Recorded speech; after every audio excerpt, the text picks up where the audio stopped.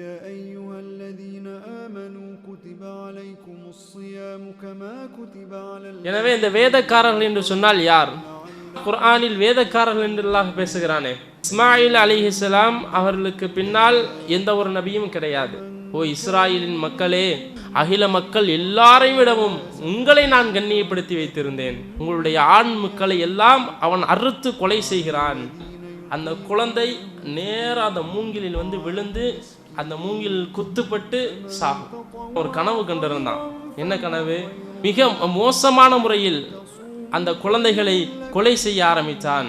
ஸல்லல்லாஹு அலைஹி வஸல்லம் சொன்னாங்க, ரோமை பாரசீகத்தை நாம் வெற்றி கொள்வோம் என்று சொல்றாங்க. கிறிஸ்தவர்களும் தங்களுடைய மார்க்கத்தை அற்ப கிரயத்திற்காக விற்க ஆரம்பித்தார்கள். அதனால் அவரிடத்திலிருந்து அல்லாஹ் உலகை பறித்து முஸ்லிம்களாக நம்மிடத்தில் அல்லாஹ் கொடுத்தான்.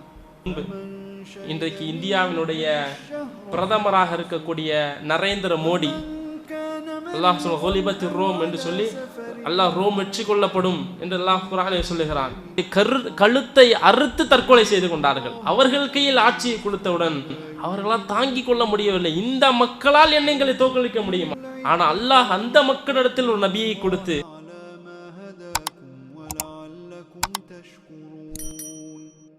وَإِذَا سَأَلَكَ عِبَادِي عَنِّي فَإِنِّي قَرِيبٌ أُجِيبُ دَعْوَةَ الدَّاعِ إِذَا دَعَانِ فَلْيَسْتَجِيبُوا لِي وَلْيُؤْمِنُوا بِي لَعَلَّهُمْ يَرْشُدُونَ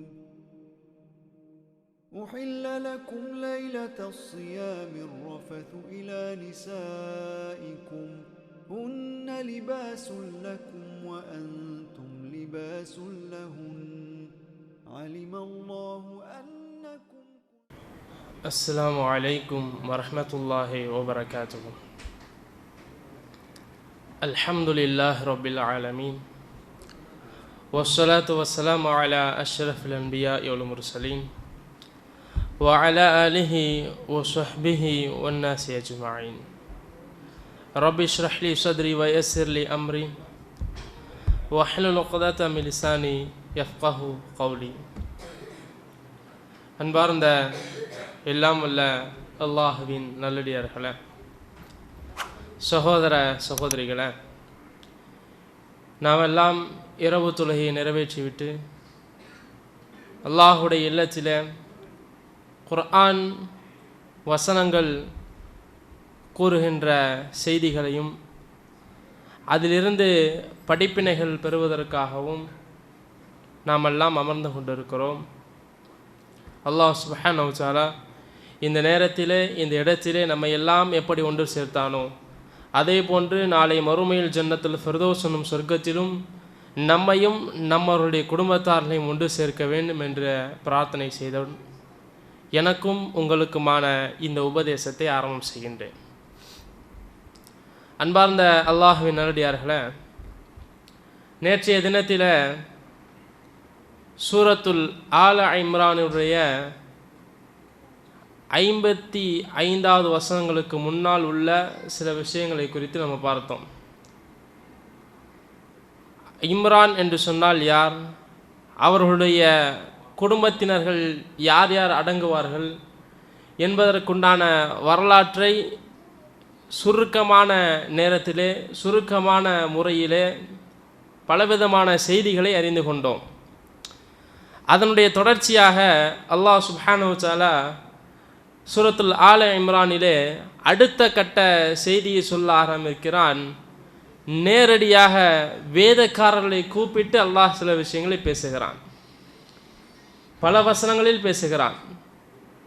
ஆல இம்ரானுடைய கிட்டத்தட்ட ஒரு கால்வாசியிலிருந்து முக்காவாசி பகுதி வரைக்கும் வேதக்காரர்களை குறித்து தான் அல்லாஹ் பேசுகிறான், வேதக்காரர்களோடு அல்லாஹ் பேசுகிறான்.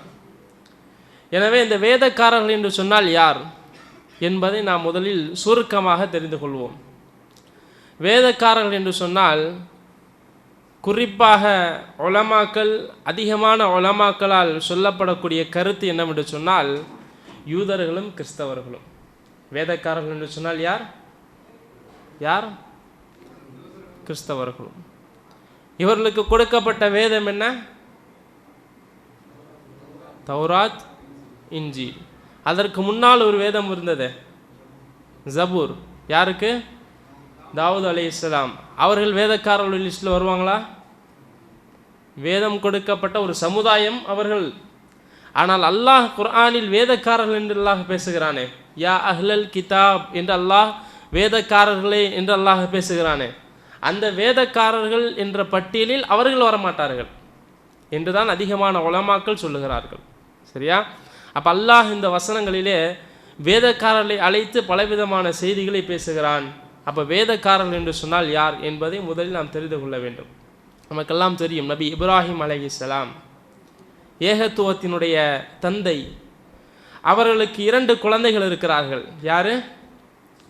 நபி இஸ்மாயில் அலைஹிஸ்ஸலாம், நபி இஸ்ஹாக் அலைஹிஸ்ஸலாம். இஸ்மாயில் அலைஹிஸ்ஸலாம் அவர்களுக்கு பின்னால் எந்த ஒரு நபியும் கிடையாது. கடைசியாக அந்த இறை தூதருடைய வரிசையிலே ரசூலுல்லாஹி ஸல்லல்லாஹு அலைஹி வஸல்லம் அவர்கள் வருவார்கள். ஆனால் இஸ்ஹாக் அலைஹிஸ்ஸலாம் அவர்களுடைய வரிசையிலே தொடர்ச்சியாக நபிமார்கள் வருவார்கள். இஸ்ஹாக் அலைஹிஸ்ஸலாமுடைய அடுத்த தொடர்ச்சியில் யார் வருவார்? நபி யார்?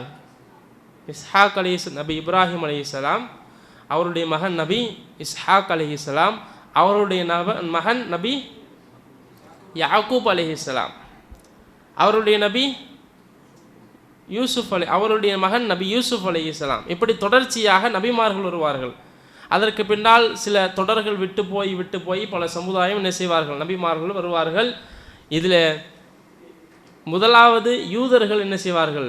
வேதக்காரர்களில் யூதர்களும் கிறிஸ்தவர்கள் என்று சொன்னோமா இல்லையா? இந்த யாக்கூப் அலைஹிஸ்ஸலாம் அவர்களைத்தான் இஸ்ராயில் என்று குர்ஆன் அறிமுகப்படுத்துகிறது, அடையாளப்படுத்துகிறது. இவருடைய பிள்ளைகளைத்தான் பனு இஸ்ராயில் என்று குர்ஆன் அடையாளப்படுத்துகிறது. இந்த பனு இஸ்ராயிலிருந்து வரக்கூடிய ஒரு சந்ததியைத்தான் நாம் யூதர்கள் என்று சொல்லுகிறோம். அரபியிலே யஹூதி என்று சொல்லுவார்கள். யூதர்கள் என்று என்ன செய்கிறோம்? நாம் சொல்லுகிறோம். இந்த யூதர்கள் எங்கே வாழ்ந்தார்கள் என்று சொன்னால் இவருடைய பூர்வீகம் பலஸ்தீன். அதே போன்று எகிப்து, ஷாம், ஜோர்டான் போன்ற பகுதிகளில் இந்த யூதர்கள் என்ன செய்தார்கள்? ஆரம்ப காலத்தில் வாழ்ந்தார்கள். இந்த யூதர்களை குறித்து அல்லாஹ் குர்ஆனிலே சொல்லுகிற பொழுது எந்த அளவிற்கு இவர்களை கண்ணியப்படுத்தி வைத்திருந்தான் என்று சொன்னால், அல்லாஹ் குர்ஆனில் பல இடங்களில் பல சூறாக்களில் இந்த யூதர்களை குறித்து அல்லாஹ் பேசுகிறான். யா பனி இஸ்ராயில், ஓ இஸ்ராயிலின் மக்களே, யுதுகுரு நிஅமதி அல்லதி அன்அம்து அலைக்கும் வ அன்னி ஃபல்லல்துக்கும் அலல் ஆலமீன். நான் உங்களுக்கு கொடுத்த நிஅமத்துகளை கொஞ்சம் சிந்தித்து பாருங்கள். வ அன்னி ஃபல்லல்துக்கும் அலல் ஆலமீன், அகில மக்கள் எல்லாரையும் விடவும் உங்களை நான் கண்ணியப்படுத்தி வைத்திருந்தேன், உங்களை நான் சிறப்பாக வைத்திருந்தேன் என்று அல்லாஹ் யூதர்களை குறித்து குர்ஆனில் பேசுகிறான். அவ்வளவு அருள் கொடைகள், அவ்வளவு அற்புதங்கள்.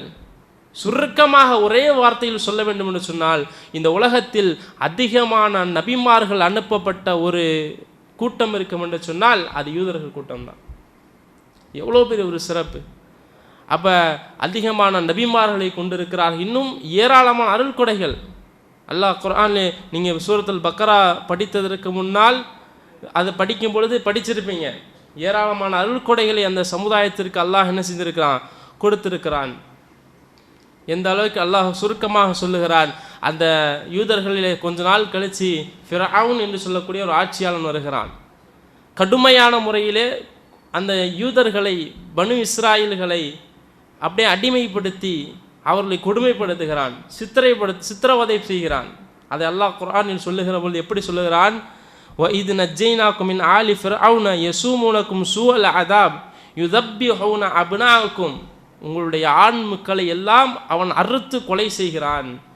தபஹ என்று சொன்னால் அறுத்தான் என்று அர்த்தம். யுதப்பிஹுன என்று சொன்னால் அறுத்து கண்டம் துண்டமாக கர்ண கொடூரமாக அவன் அறுக்க செய்தான்.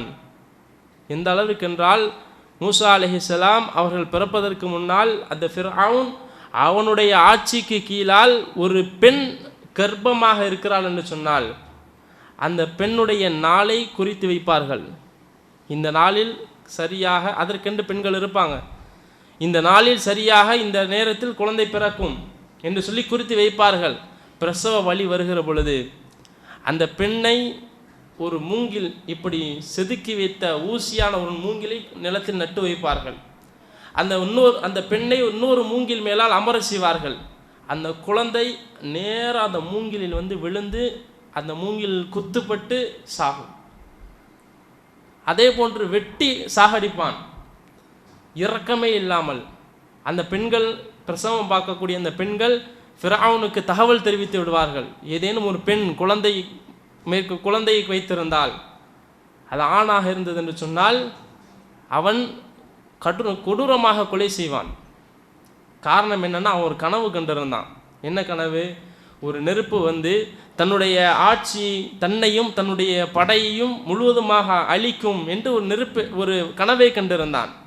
அந்த கனவுக்கு விளக்கம் கேட்கிற பொழுது ஒரு ஜோதிடர் சொல்லுகிறார், உங்களுடைய சமுதாயத்தில், அதுவும் பனு இஸ்ராயில் குடும்பத்தில் ஒரு ஆண்மகன் பிறப்பான்.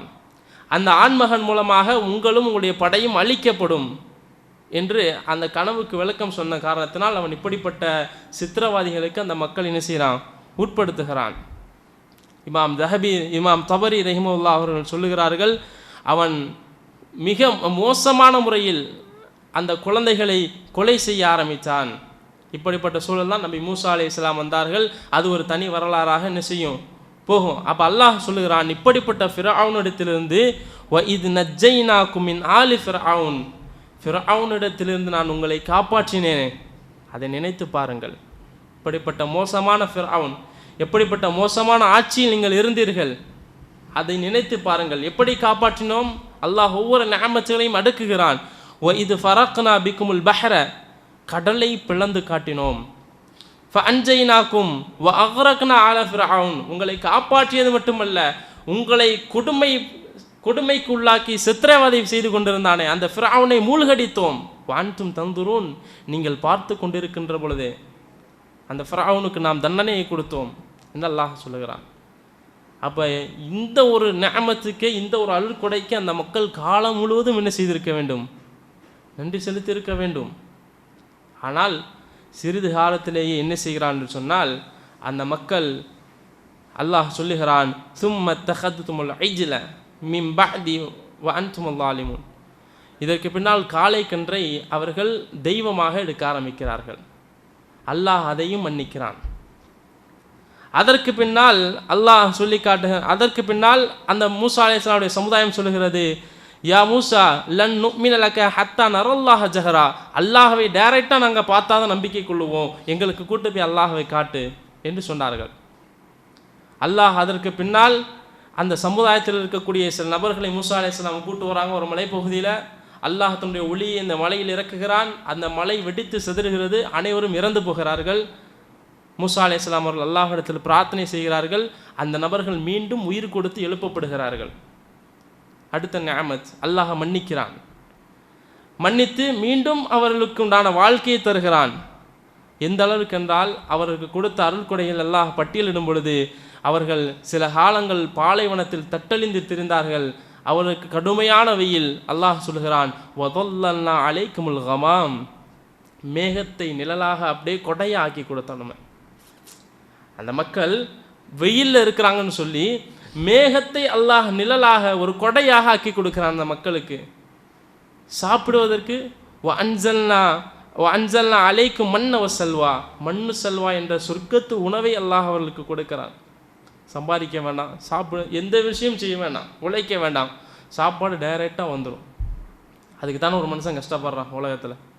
வேறு எதுக்கு? இந்த வயிற்றுக்கு தான். அது டைரெக்டாக வந்துடும். ஆனாலும் அந்த மக்கள் அல்லாஹுடைய அருளை கண் முன்னாலும் பார்த்து என்ன செய்கிறான்னு சொன்னால் நிராகரிக்கிறார்கள். என்ன கேட்குறாங்க?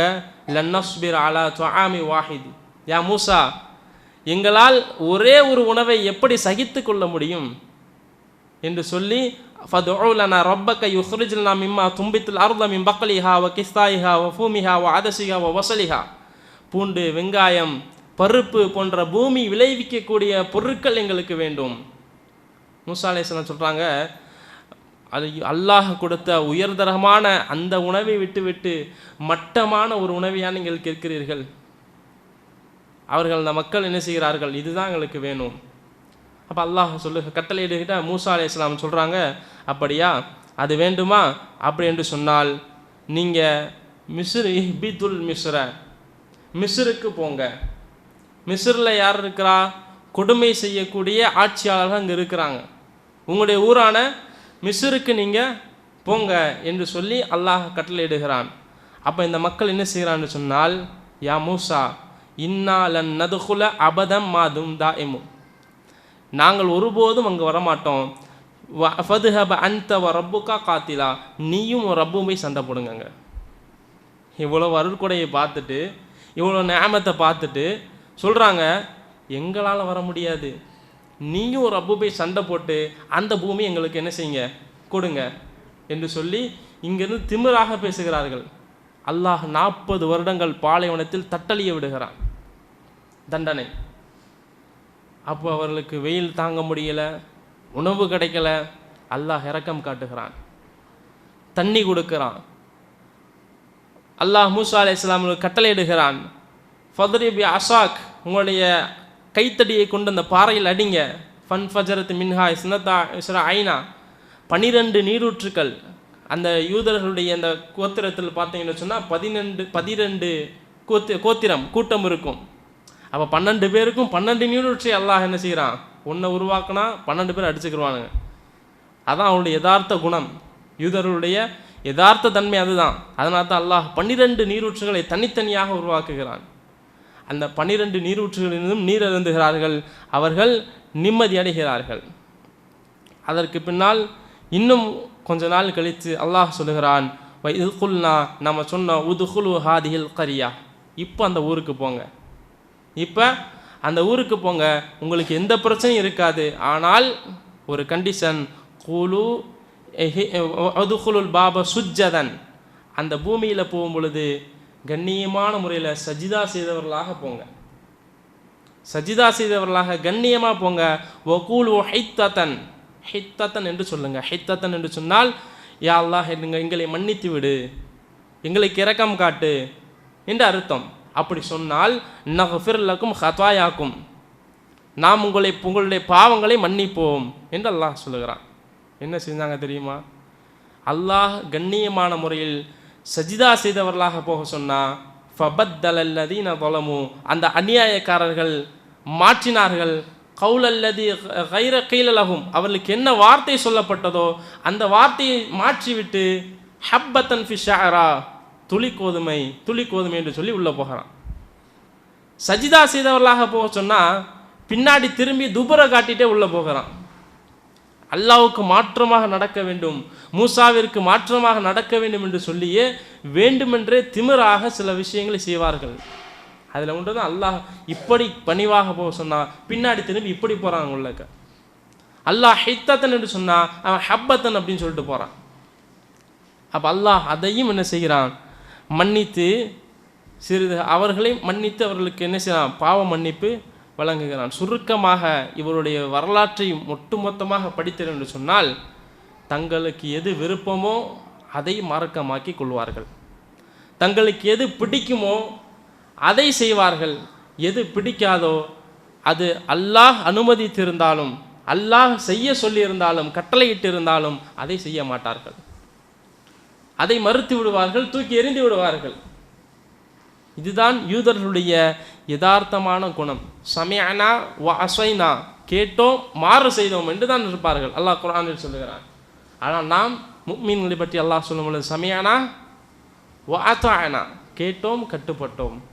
ஆனால் நம்ம சிலர்களும் கேட்டோம் மாறு செய்தோம் என்று தான் இருக்கிறோம். கேட்கிறோம், குர்ஆனை படிக்கிறோம், மார்க்கத்தை தெரிகிறோம், ஆனால் ஹராமான விஷயத்தில் ஈடுபடுகிறோம். தொழுகிறோம், சிகரெட்டையும் வச்சுருக்கிறோம். சமயானா வாசைனா. அப்போ அந்த யூதர்கள் என்ன செய்வார்னு சொன்னால், எதை கேட்டோமோ அதற்கு மாறு செய்ய வேண்டும் என்று தான் இருப்பார்கள். அவர்களுக்கு வேதம் கொடுக்கப்பட்டிருக்கிறது, அந்த வேதத்தையெல்லாம் ஒரு பொருட்டாக மதிக்க மாட்டார்கள். அல்லாஹ் சொல்ல, மஸலுல்லதீன ஹும்மிலு தௌராத் சும்ம லம் யஹ்மிலுஹா கமஸலில் ஹிமார், கழுதைக்கு சமமானவர்கள் இவர்கள். எப்படி கழுதை தன் மீது சுமக்கக்கூடிய பொதி உப்பா தங்கமா அல்லது ஏதேனும் ஒரு பொருளா என்பது எதுவும் தெரியாது, அதற்கு ஒரு சுமை, அவ்வளவுதான். அதே போன்றுதான் இந்த வேதம் கொடுக்கப்பட்ட இந்த நபர்களும் தனக்கு கொடுக்கப்பட்ட வேதத்தினுடைய இந்த மதிப்பை, அந்த அந்தஸ்தை, அந்த கண்ணியத்தை உணராமல் கழுதைகளாக இருக்கிறார்கள் என்று அல்லாஹ் சுப்ஹானஹு வ தஆலா அவர்களை குறித்து சொல்லி காட்டுகிறான். ஒரு கட்டத்தில் இந்த யூதர்கள் எல்லாம், அதற்கு பின்னால் நபி ஈசா அலைஹிஸ்ஸலாம் அவர்கள் கடைசி பல இறைத்தூதர்கள் வருகிறாங்க. சிலரை ஏற்றுக்கிறார்கள், சிலரை மறுக்கிறாங்க. கடைசியில் ஈசா அலைஹிஸ்ஸலாம் அவர்கள் வந்தார்கள். அதற்கு பின்னால் என்ன விஷயங்கள் நடந்தது என்பதை நம்ம முன்றைய நாட்களில் பார்த்தோம். ஈசா அலைஹிஸ்ஸலாம் அவர்கள் இவர்கள் மறுக்க, ஈசா அலைஹிஸ்ஸலாம் அவர்களை யாரெல்லாம் ஏற்றுக்கொண்டார்களோ அவர்கள் தான் யார்? கிறிஸ்தவர்கள். அதற்கு முன்னால் இருந்தவர்கள் தான் யூதர்கள். அப்போ யூதர்கள் யார், கிறிஸ்தவர்கள் யார் என்பது நமக்கு என்ன செய்யுது? தெளிவாக தெரிஞ்சுது. இந்த 2 வேதக்காரர்களும் என்ன செய்தார்னு சொன்னால், இறுதி நபியான முஹம்மது ஸல்லல்லாஹு அலைஹி வஸல்லம் அவர்களை எதிர்பார்த்திருந்தார்கள். ரசூல் ஸல்லல்லாஹு அலைஹி வஸல்லம் அவர்களை எதிர்பார்த்திருந்தார்கள். அதனால தான் இவர்கள் என்ன செஞ்சாங்க சொன்னால், அரபுலகத்திற்கு வந்தார்கள். எங்கோ பலஸ்தீனில், எங்கேயோ இருந்த ஜோர்டானில் இருந்த அந்த மக்கள் எதுக்கு அரபு தீபகத்திற்கு வர வேண்டும்? அங்குதான் இறுதி தூதர் வருவார் என்று அவர்களுக்கு தெரியும். அதனால தான் மதீனாவை சுற்றி யார் இருந்தா? யூதர்கள் இருந்தாங்க. நஜ்ரானிலிருந்து அடிக்கடி கிறிஸ்தவர்கள் வருவார்கள். காரணம், அவர்களுக்கு தெரியும் இங்குதான் இறுதி தூதர் வருவார். அந்த மதீனாவிலே அவுஸ் ஹஸ்ரஜ் என்று சொல்லக்கூடிய 2 கோத்திரங்கள் இருந்தது, மிக பெரும் கோத்திரம். இந்த 2 கோத்திரத்தோடு இவர்கள் அடிக்கடி சண்டை போடுவார்கள், போர் செய்வார்கள். நேரடியாகவும் மறைமுகமாக எப்படி தெரியுமா? அவுஸ் என்ற இந்த கோத்திரம், ஹஸ்ரஜ் என்ற கோத்திரம். இந்த யூதர்கள் என்ன செஞ்சுருவாங்கன்னு சொன்னால், இவர்களும் பல கோத்திரம் கூட்டமாக பிரிஞ்சிருவாங்க. பனு குரைலா, பனு கைனுகா என்று சொல்லி பல கோத்திரமாக பிரிஞ்சிருவாங்க. இவர்கள் அவருக்கு சப்போர்ட் பண்ணுற மாதிரி, அவர்கள் இவருக்கு சப்போர்ட் பண்ணுற மாதிரி, இவர்களுக்கு மத்தியில் போரை உண்டு பண்ணி இவர்களை அழிக்கிறது. இதில் அவர்கள் வேடிக்கை பார்த்துருப்பாங்க. எப்படி இன்றைக்கு இருக்கக்கூடிய யூதர்கள் சமீப காலத்தில் செய்கிறார்களோ அதான் அவருடைய யதார்த்த குணமே. நீங்கள் போய் கூகுளில் தட்டி பாருங்கள், இந்தியா பல நாடுகளிலிருந்து ஆயுதங்கள் வாங்குகிறது.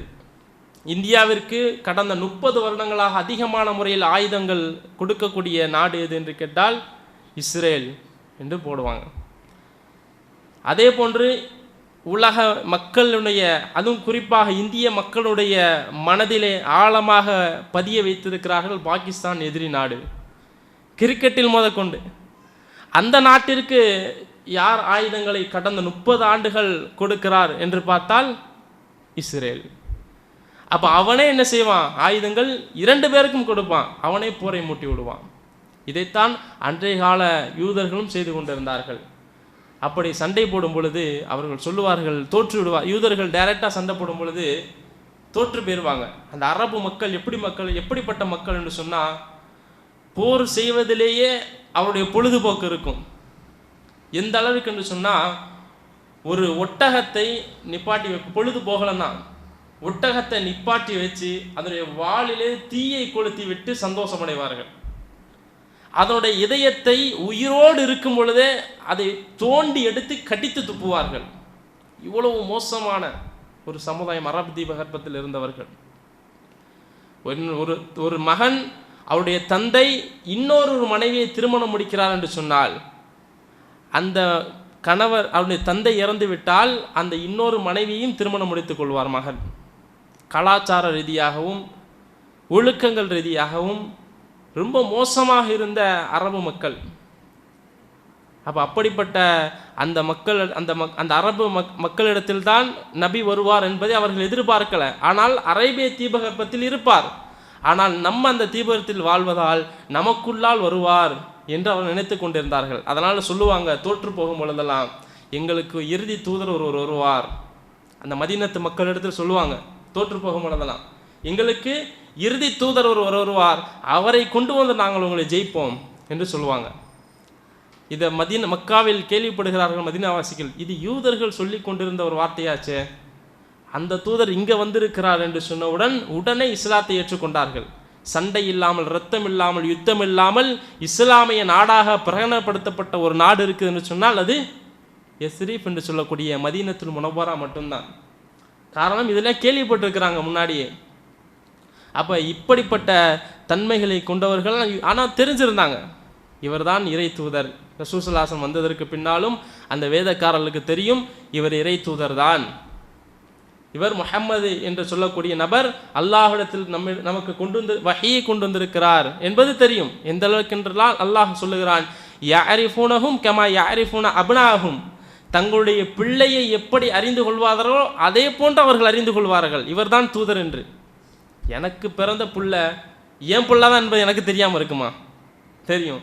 அதே போன்று அந்த யூதர்களும் கிறிஸ்தவர்களும் அறிவார்கள் இவர்தான் இறை தூதர் என்பதை அறிவார்கள். ரசூலுல்லாஹி ஸல்லல்லாஹு அலைஹி வஸல்லம் இடத்துல ஒரு யூத தலைவர், யூத மதத்தினுடைய ஒரு தலைவர் வருகிறார். வந்து ரசூலுல்லாஹி ஸல்லல்லாஹு அலைஹி வஸல்லம் பார்த்து விட்டு செல்கிறார். அப்போ சில யூதர்கள் கேட்கிறார்கள், இவர்தான் உண்மையான இறை தூதர். ஆமாம், இவர்தான் உண்மையான இறை தூதர். அவரை நம்ம ஏற்றுக்கொள்ளலாமா? நம்ம ஏற்றுக்கொள்ளக்கூடாது என்று சொல்லுவார். ஆனால் ஒரு யூத தலைவர் ஏற்றுக்கொள்வார். ஒரே ஒரு யூத தலைவர் நபி ஸல்லல்லாஹு அலைஹி வஸல்லம் ஏற்றுக்கொண்டு இஸ்லாத்திற்கு வந்து விடுவார். யாரு தெரியுமா? யாருக்காவது? அப்துல்லாஹ் இப்னு சலாம் என்று சொல்லக்கூடிய ஒரு நபர் யூத மதத்தினுடைய மிகப்பெரிய தலைவராக இருந்தார். அதுவரைக்கும் அந்த மக்கள் அவரை ரொம்ப சிறந்த இடத்தில் வைத்திருந்தார்கள். அவர் இஸ்லாத்தை ஏற்றுக்கொண்டார் என்ற செய்தி கிடைத்தவுடன் அவரை மோசமாக பேச ஆரம்பிச்சிட்டாங்க. இதுதான் அவருடைய யதார்த்த குணம். அப்போ அவர்கள் ரசூலுல்லாஹி ஸல்லல்லாஹு அலைஹி வஸல்லம் அவர்கள் வருவார்கள் என்பதை அறிந்திருந்தார்கள். ஆனால் இவர் அரேபிய தீபகற்பத்தில் அந்த அரபுகளிடத்தில் வந்தனால் அவர்கள் என்ன செய்யலை? ஏற்றுக்கொள்ளவில்லை, மறுத்தார்கள், வேண்டுமென்றே மறுத்தார்கள். அடுத்து உமர் ரலியல்லாஹு ஆட்சி காலம், அதிலேயும் பல இந்த மார்க்கத்தில் குழப்பத்தை ஏற்படுத்த வேண்டும் என்று சொல்லி பல ஃபித்னாக்களை ஏற்படுத்தினார்கள். உமர் ரலியல்லாஹு கொன்றதே யார் தான்? ஒரு யூதன் தான். அப்துல்லாஹ் இப்னு சபா என்று சொல்லக்கூடிய ஒரு யூதன் தான். அதற்கு பின்னால் தான் உஸ்மான் ரலியல்லாஹு ஆட்சி காலத்தில் யூதர்கள் யாரும் இங்கு மதீனாவிற்கு உள்ளால் இருக்கக்கூடாது என்று மொத்தமாக வெளியேற்றப்பட்டார்கள். அதற்கு பின்னால் உலகத்தினுடைய பல பாகங்களுக்கும் அவர் என்ன செஞ்சாங்க? பிரிந்து பல இடங்களுக்கும் சென்றார்கள். இதான் அந்த வேதக்காரர்களுடைய ஒரு சுருக்கமான ஒரு வரலாறு. இந்த வேதக்காரர்களை பார்த்து அல்லாஹ் கேட்கிறான். சூரத்துல் ஆல இம்ரானிலே 3வது அத்தியாயம் 64வது வசனத்திலிருந்து அல்லாஹ் பேசுகிறான். குல் யா அஹ்லல் கிதாப், ஓ வேதக்காரர்களே, தஆலு இலா கலிமத்தன் சவாயின் பைனனா வ பைனக்கும், உங்களுக்கும் நமக்கும் மத்தியில் இருக்கக்கூடிய பொதுவான விஷயத்தின் பக்கம் பாருங்கள். பொதுவான விஷயம் என்று ஒன்று இருக்கிறது. எது? நானும் அல்லாஹ்வை வணங்குகிறேன், நீயும் அல்லாஹ்வை வணங்குகிறாய். இப்படிதானே இல்லையா? நானும் நபியை ஏற்றுக்கொள்கிறேன், நீயும் நபியை ஏற்றுக்கொள்கிறாய். யூதர்கள் சில நபிமார்களை ஏற்றுக்கொண்டார்கள், சில நபிமார்களை மறுத்தார்கள். கிறிஸ்தவர்கள் அதற்கு முன்னால் இருந்த நபிமார்கள் பல நபர்களை ஏற்றுக்கொண்டார்கள். நபி ஸல்லல்லாஹு அலைஹி வஸல்லம் அவர்களை மட்டும் அவர்கள் மறுத்தார்கள். யூதர்கள் ஈசா அலைஹிஸ்ஸலாம் அவர்களோடு சேர்த்து மறுத்தார்கள். ஆனால் நம்முடைய சமுதாயம் தான் எல்லா இறை தூதர்களையும் என்ன செய்கிறது? நம்புகிறது. அப்போ உங்களுக்கும் எனக்கும் மத்தியில் இருக்கக்கூடிய பொதுவான விஷயத்தின் பக்கம் பாருங்கள். வேதக்காரர்களுக்கும் நமக்கும் தான் பொதுவான விஷயம் என்று ஒன்று இருக்கிறது. அதுபோக நீங்கள் ஒரு இந்து மதத்தையோ புத்த மதத்தையோ அல்லது வேறு ஏதாவது ஒரு சித்தாந்தத்தையோ கொண்டு வந்தீங்கன்னு சொன்னால் அவர்களுக்கும் நமக்கும் பொதுவான விஷயம் என்று எதுவும் கிடையாது. அதனால தான் அல்லாஹ் சொல்லுகிறான், வேதக்காரர்களே, உங்களுக்கும் நமக்கும் மத்தியில் இருக்கக்கூடிய பொதுவான விஷயத்தின் பக்கம் பாருங்க. என்ன? அல்லாஹ் அபுது இல்லல்லா வலா நுஷ்ரிக் பிஹி ஷைஆ, நம்ம அல்லாஹ்வை மட்டும் வணங்குகிறோம், அவனுக்கு எதையும் இணையாக்கவில்லை. அல்லாஹ்வை மட்டும் வணங்கினார்கள், எதையும் இணையாக்கவில்லை. எங்கே தவறு செய்தார்கள் என்று சொன்னால், காலத்தில் யஹூது உஸைர் இப்னுல்லாஹ், யூதர்கள் சொன்னார்கள் உஸைர் அல்லாஹுடைய மகன் என்று சொன்னார்கள். காலத்தில் நசாரா ஈசா இப்னுல்லாஹ், நசராக்கள் சொன்னார்கள் ஈசா அல்லாஹுடைய மகன் என்று சொன்னார்கள். இதிலே அவர்கள் வழி தவறி போயிட்டாங்க. அல்லாஹ்வை நம்பினாங்க, ஒரே இறைவன் என்று தான் நம்பினாங்க. ஆனால் கொள்கையில் இந்த சித்தாந்தத்தில் அவர்கள் பிரிந்து போய்விட்டார்கள். அல்லாஹ் தொடர்ச்சியாக பேசுகிறான், யா அஹ்லல் கிதாப் லிமா துஹாஜூன ஃபி இப்ராஹிம், இப்ராஹிமுடைய விஷயத்தில் நீங்கள் தர்க்கம் செய்து கொள்கிறீர்கள். மா உன்சில தௌராத் வல் இன்ஜில் இல்லாம் எம்பாதிஹி அஃபலா தாக்கிலும். அதான் என்ன செஞ்சாங்க என்று சொன்னால், இந்த யூதர்களும் கிறிஸ்தவர்களும் அவர்களுக்கு மத்தியில் பல விதமான கருத்து வேறுபாடுகள் இருந்துச்சு. நீ காஃபிர், நான் காஃபிர் என்று சொல்லி அவருக்குள்ளேயே ஒருவரை காஃபிர் ஆக்கிக்கிடுவாங்க. அப்போ சொல்லுவார்கள் இவர்கள், இப்ராஹிம் ஒரு யூதர், கிறிஸ்தவர் இப்ராஹிம் ஒரு கிறிஸ்தவர் என்று சொல்லுவார். ஆனால் அல்லாஹ் சொல்லுகிறான், வேதக்காரர்களே, இப்ராஹிம் வரும் பொழுது தௌராத்தும் இல்லை, இஞ்சிலும் இல்லை. அப்போ எப்படி அவர் யூதராகவோ கிறிஸ்தராகவோ இருக்க முடியும்? அஃபலா தாக்கிலூன், அதை சிந்தித்து பார்க்க மாட்டீர்களா என்று அல்லாஹ் கேட்குறான். தௌராத்தும் இஞ்சிலும் எப்போ இறக்கப்பட்டுச்சு? மூசா அலைஹிஸ்ஸலாம் ஈசா அலைஹிஸ்ஸலாம் எப்போ வந்தாங்க? எப்போங்க வந்தாங்க?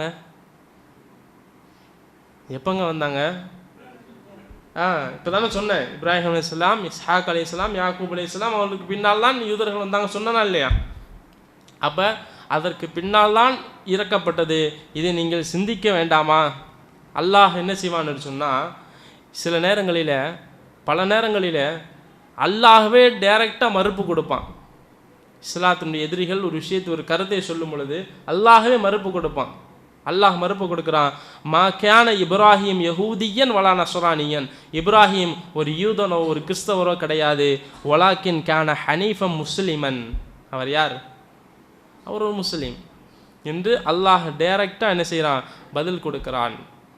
அதே போன்று இந்த யூதர்களுடைய ஒரு குணத்தை அல்லாஹ் சொல்லி காட்டுகிறான். யா அஹ்லல் கிதாப், ஓ வேதக்காரர்களே, லிம தக்ஃபுருன பி ஆயாத்தில்லாஹி வ அன்தும் தஷ்ஹுதூன், உங்களுக்கு தெரியும் அல்லாஹுடைய வசனங்கள், அல்லாஹுடைய அத்தாட்சிகள் என்று உங்களுக்கு தெரியும், ஆனாலும் நீங்கள் எதற்காக இதை மறுக்கிறீர்கள்?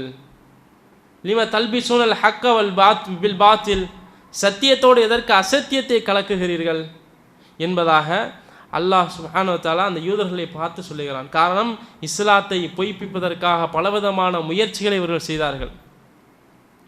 ரசூலுல்லாஹி அவங்க அரபு மக்களிடத்தில் வந்த உடனே இஸ்லாத்தை பொய்ப்பிக்கணும், இந்த தூதரை பொய்யாக்கணும் என்பதற்காக பலவிதமான முயற்சிகள் செஞ்சாங்க. அதில் ஒரு முயற்சி என்னவென்று சொன்னால், அல்லாஹ் அதே ஆல இம்ரானில் தொடர்ச்சியாக சொல்லி காட்டுகிறான், வகாலத்து தாயிஃபத்து மின் அஹ்லில் கிதாப், வேதக்காரர்கள் ஒரு கூட்டம் என்ன செய்வார் என்று சொன்னால், ஆமனு பில்லதீன உன்சிலத் அலல்லதீன ஆமனு வஜ்ஹன் நஹார் வக்ஃபுரு ஆஹ்ருஹு, காலையில் என்ன, அதே போன்று நஜ்ரானில் கிறிஸ்தவர்கள் என்ன செய்வாங்க, நஜ்ரானிலிருந்து கிறிஸ்தவர்கள் வருவாங்க, காலையில் இஸ்லாத்தை ஏற்றுக்கொள்வார்கள், வேதத்தை நம்புவார்கள், மாலையில் முர்த்ததாயிருவாங்க. அப்படி ஒரு செட்டப் பண்ணுறது. பார்த்தீங்களா, இஸ்லாத்துக்குள்ளே நாங்கள் போனோம், அது பொய்யான மார்க்கம், அது ஒன்றும் உண்மையான ஒரு மார்க்கம் அல்ல, அதனால தான் அதிலிருந்து வெளியில் வந்துட்டோம் என்று மக்களுக்கு காட்டுவதற்காக, இஸ்லாத்தை பொய்ப்படுத்துவதற்காக அப்படியே ஒரு செட்டப் பண்ணுறது. இஸ்லாத்தை ஏற்றுக்கொண்டு திருப்பி முர்த்ததாக ஆகுவது. ஆனால் அந்த வேதக்காரர்களிலும் சில நல்லவர்கள் இருக்கிறார்கள் என்று அல்லாஹ் இந்த வசனங்களில் சொல்லி காட்டுகிறான். எப்படிப்பட்ட நல்லவர்கள்? நஜ்ஜாசி மன்னரை போன்று. அவர் யார்? வேதம் கொடுக்கப்பட்ட ஒரு நபர், அவர் ஒரு முஸ்லீம், இப்படிதானே இல்லையா? நஜ்ஜாசி மன்னர் யார்? ஒரு முஸ்லீம். ரசூலுல்லாஹி சொன்னார்கள், இன்றைய தினம் அப்துன் சாலிஹ், ஒரு நல்ல அடியான் ஒருவர் மரணித்திருக்கிறார், அவருக்காக வாருங்கள் ஜனாசா தொழுகை நடத்துவோம். யாருக்கு? நஜ்ஜாசி மன்னர். அந்த மன்னர் ஒரு கிறிஸ்தவர், அவருக்கு முன்னால் வாழ்ந்த நபி ஈசா அலைஹிஸ்ஸலாம் அவர்களுடைய வேதத்தை நம்பியவர், அவரை ரசூலாக ஏற்றுக்கொண்டவர். ரசூல் ஸல்லல்லாஹு அலைஹி வஸல்லம் பற்றி கேள்விப்பட்டவுடன் ரசூலுல்லாஹி ஸல்லல்லாஹு அலைஹி வஸல்லம் ஏற்றுக்கொள்கிறார். அல்லாஹ் சுப்ஹானஹு வ தஆலா சொல்லி காட்டுகிறான், உமினல் அஹ்லல் கிதாப், வேதக்காரர்கள் சில நல்லவர்கள் இருக்கிறார்கள், அவர்கள் வ இன் தமீனுஹு பின் கின்தாரின் யு அத்திஹி, அவரிடத்தில் ஒரு பொற்குவியலை நீங்கள் நம்பி கொடுத்தாலும் அவர்கள் உங்களிடத்தில் பத்திரமாக திருப்பி கொடுப்பார்கள். நல்லவர்கள் இருக்கிறார்கள். அல்லாஹ் தொடர்ச்சியாக சொல்லுகிறான், இன்னும் சிலர் இருக்கிறார்கள், ஒரு நாணயத்தை கொடுத்தால் கூட திரும்பி அவரிடத்தில் வராது, அந்த மாதிரியும் சிலர்கள் இருக்கிறார்கள் என்பதாக அல்லாஹ் சுப்ஹானஹு வ தஆலா அந்த யூதர்களையும் கிறிஸ்தவர்களையும் குறித்து இந்த சூரா ஆல இம்ரானில் தொடர்ச்சியாக பல வசனங்களில் பேசுகிறான். சுருக்கமாக அல்லாஹ் சுப்ஹானஹு வ தஆலா ஆரம்பத்திலே இந்த உலகத்தை யூதருடைய கையில் கொடுத்திருந்தான். அவர்கள்தான் ஒட்டுமொத்த இந்த உலகத்தையும் ஆட்சி செய்து கொண்டிருந்தார்கள். அவர்கள் மார்க்கத்தினுடைய வரைமுறையை மீறிய காரணத்தினால், அல்லாஹ் வகுத்து கொடுத்த அந்த சட்டத்தை மதிக்காத காரணத்தினால், அல்லாஹ் அவரிடத்தில் இருந்த அந்த உலகத்தை, இந்த ஆட்சி அதிகாரத்தை பறித்து கிறிஸ்தவர்களிடத்தில் அல்லாஹ் கொடுத்தான். அடுத்த வாய்ப்பு வழங்கப்பட்டவர்கள் கிறிஸ்தவர்கள் ரோமை தலைமையகமாக வைத்துக்கொண்டு ஒட்டுமொத்த உலகையும் ஆட்சி செய்தார்கள். எந்த அளவுக்கு என்று சொன்னால், ரசூலுல்லாஹி ஸல்லல்லாஹு அலைஹி வஸல்லம் காலத்தில் மக்கள் இன்றைக்கி சொல்கிறோமா இல்லையா, அமெரிக்கா, வல்லரசான நாடுகள், ரஷ்யா ஒரு நாடு எவ்வளோ பயங்கரமான நாடாக நம்ம பார்க்குறோம் சொல்லுகிறோம். அதே மாதிரி ரசூலுல்லாஹி ஸல்லல்லாஹு அலைஹி வஸல்லம் சொன்னாங்க, ரோமை பாரசீகத்தை நாம் வெற்றி கொள்வோம் என்று சொல்கிறாங்க. கிறிஸ்தவ நாடு, அதெல்லாம் கிறிஸ்தவ கோட்டை, அதை தலைமையாக வைத்து கொண்டு ஒட்டுமொத்த உலகையும் அவர்கள் ஆட்சி செய்து கொண்டிருந்தார்கள். உமர் ரலியல்லாஹு அன்ஹுடைய காலகட்டத்தில் இந்த ஒட்டுமொத்த ஆட்சியும் உடைக்கப்பட்டது. காரணம், கிறிஸ்தவர்களும் தங்களுடைய மார்க்கத்தை அற்ப கிரயத்திற்காக விற்க ஆரம்பித்தார்கள். அவர்களும் அல்லாஹுடைய சட்டங்களை மதிக்காமல் மீற ஆரம்பித்து விட்டார்கள். அதனால் அவரிடத்திலிருந்து அல்லாஹ் உலகை பறித்து முஸ்லீம்களாக நம்மிடத்தில் அல்லாஹ் கொடுத்தான். எந்த யர்மூக் என்று சொல்லக்கூடிய ஒரு போர், உமர் ரலியல்லாஹு அன்ஹுடைய ஆட்சி காலத்தில் ஒரு கிறிஸ்தவன் எழுதுகிறான், முஸ்லீம் அல்ல, ஒரு கிறிஸ்தவர் எழுதுகிறார். யர்மூக் என்று சொல்லக்கூடிய அந்த போர்க்களத்தில் Khalid bin Walid, Abu Ubaidah bin Jarrah போன்ற நபித்தோழர்கள் எல்லாம் அவனுடைய தலைமையில் படை போகிறது. மிகப்பெரிய சாம்ராஜ்யம் ரோம். அல்லாஹ் சொல்ல ஹொலிபத் ரோம் என்று சொல்லி அல்லாஹ் ரோம் வெற்றி கொள்ளப்படும் என்று அல்லாஹ் குர்ஆனில் சொல்லுகிறான். இப்போ ரோமை போர் செய்வதற்காக போகிறார்கள். அந்த போர்க்களத்தினுடைய முடிவிலே முஸ்லீம்களுக்குத்தான் வெற்றி என்று தெரிந்தவுடன் அந்த கிறிஸ்தவ இராணுவர்கள் எல்லாம் தங்களுடைய கழுத்தை அறுத்து தற்கொலை செய்து கொண்டார்கள். இது எந்த மக்கள், யார் இவர்கள்? இந்த அரபுகள் சாதாரணமாக அவர்கள் ரொம்ப மோசமாக பார்த்தார்கள். அந்த கிறிஸ்தவர்களும் யூதர்களும் எல்லா உலகத்தினுடைய எல்லா பகுதியும் ஆட்சி செஞ்சாங்க. ஆனால் பாருங்க, அரபு மக்களிடத்திலிருந்து வரலை, அந்த மக்களை ஒரு பொருட்டாகவே மதிக்கலவர்கள். ஆனால் அல்லாஹ் அந்த மக்களிடத்தில் ஒரு நபியை கொடுத்து அவர்கள் கையில் ஆட்சியை கொடுத்தவுடன் அவர்களால் தாங்கிக் கொள்ள முடியவில்லை. இந்த மக்களால் எண்ணங்களை தோற்கடிக்க முடியுமா? அதனால் கழுத்தை அறுத்து தற்கொலை செய்து கொள்கிறார்கள் என்பதை ஒரு கிறிஸ்தவன் எழுதுகிறான் வரலாற்றிலே. இப்போ உமர் ரலியல்லாஹு அன்ஹு அவர்கள் இந்த போர்க்களத்தில் முடிஞ்சதுக்கப்புறம் ஒரு பள்ளத்தாக்கை அடைகிறார்கள். அப்போ அடைந்த உடனே சொல்லுகிறார்கள், நாங்கள் இந்த பள்ளத்தாக்கிலே தான் ஒரு காலத்திலே ஒட்டகங்களை மேய்த்து கொண்டிருந்தோம். சரியாக நான் ஒட்டகத்தை மேய்க்கவில்லை என்று சொன்னால் என்னுடைய தந்தை ஹத்தாப் சாட்டையால் என்னை அடிப்பார். ஆனால் இன்றைக்கோ அல்லாஹ் சுப்ஹானஹு வ தஆலா நஹ்னு கௌமுன், நாங்கள் ஒரு சமுதாயமாக இருக்கிறோம். அஅஸ்ஸன அல்லாஹு பிஹில் இஸ்லாம், இஸ்லாத்தை கொண்டு அல்லாஹ் எங்களை கண்ணியப்படுத்தி இருக்கிறான். இஸ்லாமிய மார்க்கத்தை கொண்டு அல்லாஹ் எங்களை கண்ணியப்படுத்த இருக்கிறான். இந்த இஸ்லாத்தை விட்டு வேறு ஏதாவது ஒன்றை நாங்கள் தேர்ந்தெடுத்து கொண்டால் கைரஹு அதில்லன அல்லாஹ், அல்லாஹ் எங்களை இழிவுபடுத்தி இருப்பான், கேவலப்படுத்தி இருப்பான் என்பதாக உமர் ரலியல்லாஹு அன்ஹு அவர்கள் நினைச்சாங்க, சொல்லி காட்டுகிறார்கள். அப்போ யூதர்களிடத்திலும் கிறிஸ்தவர்களிடத்திலும் இந்த உலகம் கொடுக்கப்பட்ட பொழுது அவர்கள் சரியான முறையில் பயன்படுத்தவில்லை. அல்லாஹ் சுப்ஹானஹு வ தஆலா அதற்கு பின்னால் கண்ணியமான இந்த சமுதாயமான நம்மிடத்தில் அல்லாஹ் கொடுத்திருக்கிறான். அப்போ நம்முடைய கண்ணியம் என்ன என்பதை இந்த வசனங்கள் மூலமாக நாம் விளங்கி கொள்ள வேண்டும். நம்ம எப்படிப்பட்ட வரலாற்றுக்கு சொந்தக்காரர்கள், நம்முடைய கண்ணியம் என்ன, நம்முடைய அந்தஸ்து என்ன என்பதை புரியணும். ஆனால் இன்றைக்கு எப்படி நம்முடைய கண்ணியம் பேசப்படுகிறது? ஒரே ஒரு உதாரணம் சொல்லுகிறேன். ஒரு பத்திரிகையாளர் கடந்த வருடங்களுக்கு முன்பு, இன்றைக்கு இந்தியாவினுடைய பிரதமராக இருக்கக்கூடிய நரேந்திர மோடி பிரதமராக ஆகுவதற்கு முன்னால் அவரிடத்தில் ஒரு பத்திரிகையாளர் கேட்கிறார், உங்களுடைய குஜராத்திலே உங்களுடைய ஆட்சி நடக்கிற பொழுதுதான் 2002 அப்பொழுதுதான் மிகப்பெரிய கலவரம் ஒன்று ஏற்பட்டது. அதுவும் எப்படிப்பட்ட நாடு? சமத்துவத்தை, சம உரிமையை பேசக்கூடிய, பெண்களுக்கு பாதுகாப்பான, இப்படி பல விழுமியங்களை கொண்ட இந்த நாட்டிலே உங்களுடைய ஆட்சியிலே இதற்கு யார் காரணம் என்றெல்லாம் கேட்கவில்லை. அவர் கேட்கிறார், அந்த பத்திரிகையாளர், இப்படி மோசம் எந்த அளவுக்கு என்றால் கருவில் இருக்கக்கூடிய குழந்தை முதற்கொண்டு கொலை செய்யப்பட்ட ஒரு கொடூரமான காட்சிகள் உங்களுடைய ஆட்சியெல்லாம் நடைபெற்றது. அதற்காக என்றைக்காவது ஒரு நாள் நீங்கள் வருத்தப்பட்டு கண்ணீர் சிந்தியது உண்டா இன்று வரை மன்னிப்பு கேட்கவில்லை. அது ஒரு பக்கம். இந்த பத்திரிகையாளர் கேட்கிறார், என்றைக்காவது நீங்கள் வருத்தப்பட்டு இருக்கிறீர்களா? இந்த நரேந்திர மோடி சொல்லுகிறார், உலகம் சுற்றும் வாலிபன் பேசுகிறார், ஆம் வருத்தப்பட்டு இருக்கிறேன். என்னுடைய விலை உயர்ந்த ஒரு காரிலே எப்படி ஒரு பூனையோ ஒரு நாயோ அடிபட்டு செத்து போனால் அதற்கு நான் எப்படி அனுதாபம் தெரிவிப்பேனோ அதே போன்று நானும் வருத்தப்பட்டிருக்கிறேன் என்று பேசினார். இன்றைக்கு நம்முடைய முஸ்லீமுடைய கண்ணியத்தை இந்த மக்கள் இப்படித்தான் பார்க்கிறார்கள். காரணம் என்ன? எப்படி யூதர்களும் கிறிஸ்தவர்களும் இந்த உலகத்தை நோக்கி சென்றார்களோ அதனால் அதை நோக்கி இந்த முஸ்லீம்களும் செல்ல ஆரம்பித்தனால் இது போன்ற இழிவான வார்த்தைகளை கொண்டு நம்ம பேசக்கூடிய காட்சிகளை பார்க்கிறோம். அப்போ நாம் இந்த வரலாறுகளிலிருந்து படிப்பினைகள் பெற வேண்டும். என்ன படிப்பினைகள் பெற வேண்டும்? அல்லாஹ் நமக்கு ஒரு அருள்கொடையை கொடுத்தால் அந்த அருள்கொடையை அல்லாஹிற்காக உபயோகப்படுத்த வேண்டும், மார்க்கத்திற்காக கொடுக்க வேண்டும். அல்லாஹ் மிகச்சிறந்த அருள்கொடையான இஸ்லாத்தை கொடுத்திருக்கிறான். நஹ்னு கௌமுன், நாம் எல்லாம் ஒரு சமுதாயம். அஅஸ்ஸன அல்லாஹு பிஹில் இஸ்லாம், இஸ்லாத்தை கொண்டு நம்ம எல்லாம் கண்ணியப்படுத்தி இருக்கிறான். அந்த ஒரு கண்ணியம் நமக்கு போதுமானது.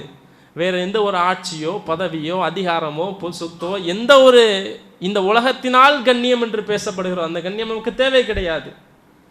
அப்போ அதை நோக்கி நம்ம சென்றோம் என்று சொன்னால் அல்லாஹ் சுப்ஹானஹு வ தஆலா இந்த உலகத்திலும் நம்மை கண்ணியமான ஒரு சமுதாயமாக வைத்திருப்பான், நாளை மறுமையிலும் நம்மை கண்ணியமான ஒரு சமுதாயமாக வைத்திருப்பான். இந்த வரலாறிலிருந்து பெறக்கூடிய மிக பெரிய ஒரு படிப்பினை இதுதான் நமக்கு. இன்ஷா அல்லாஹ் இனி வரக்கூடிய காலங்களில் இதை தொடர்ந்து விஷயங்களை அறிந்து கொள்வோம். சுப்ஹானக்கல்லாஹு வ பிஹம்திக அஷ்ஹது அல்லா இலாஹா இல்லா அன்த அஸ்தக்ஃபிருக வ அத்தூபு இலைக். அஸ்ஸலாமு அலைக்கும் வரஹ்மத்துல்லாஹி வ பரகாத்துஹு.